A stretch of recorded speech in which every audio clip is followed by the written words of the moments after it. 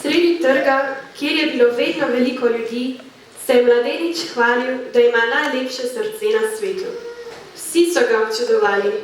Res je bilo popolno, brez najmanjše napake. Tedaj je vstal iz množice starec in rekel: Nikar se preveč ne hvali. Tvoje srce še zdaleč ni tako lepo kot moje. Pokaže svoje srce, ki je močno bilo, vendar je bilo polno brazgotin. Na njem so bile sledi ran in polno otekli. Mladenič se je začel smejati, starec pa je nadaljeval: Tvoje srce je res popolno, toda nikoli ne bi menjal s teboj. Glej, vsaka rana pomeni eno osebo, kateri sem podaril ljubezen. Odtrgal sem del svojega srca in mu ga dal. In večkrat sem v zameno dobil košček njegovega srca. Seveda tisto, kar sem prejel, ni bilo enakovredno tistemu, kar sem dal, in tako imam tudi kakšno oteklino, ki pa v meni vzbuja prijetno čustvo. Včasih pa mi ljudje niso odgovorili. Zato vidiš tudi številne brazgotine. Ljubiti je tvegano, toda Bog ve, morda se mi nekega dne vendarle zahvalijo in zapolnijo prostor, ki sem ga prihranil zanje.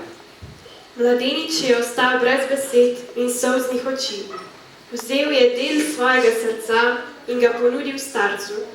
Starec ga je sprejel, potem je vzel del svojega starega, zakrpanega srca in z njim zapolnil rano, ki je ostala v mladeničevem srcu.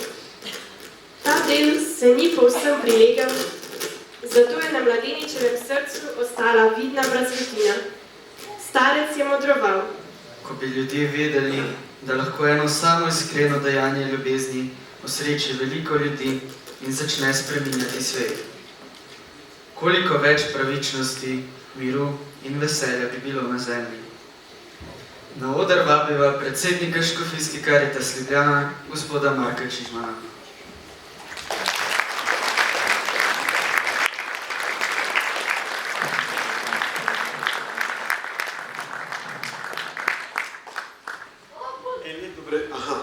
Ja, zdaj se pa sliš, so hitri.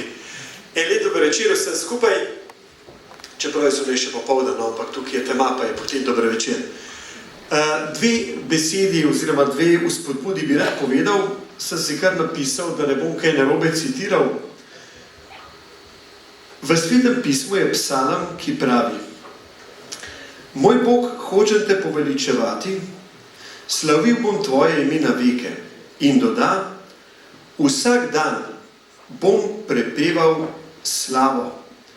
Glejte, vsak dan Bogu peti slavo, to je najboljši protistrup proti jamranju.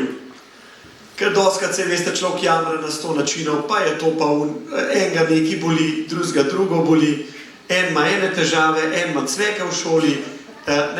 Veliko stvari imamo, da bi lahko jamrali, ampak ko se takole zavemo, v katerih stvarih smo pa obdarjeni in pogledamo na boljšo plat svojega življenja, na svoje talente, na ljudi, ki so v nas, ki nas imajo radi, na ljudi, ki nam pomagajo, potem se človek zave ne samo, da je sam obdarjen, ampak ga ta zavest spodbudi tudi k temu, da sebe podarja drugim.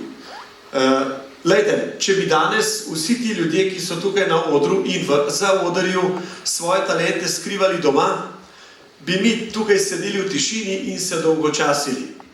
Tako pa se imamo lepo ob tem, ko si delimo. Vsak nekaj zna. Nekdo je pripravil kaj za pojest, nekdo je tele rože lepo uredil, nekdo ima glasbo čez, gospod župan s svojimi sodelavci ureja stvari, bom rekel, v svojem področju, pokrajini, gospod župnik tukaj, vsak deli svoje talente in kadar tako delamo, potem smo najbolj blagoslovljeni pravzaprav tudi vsi ostali.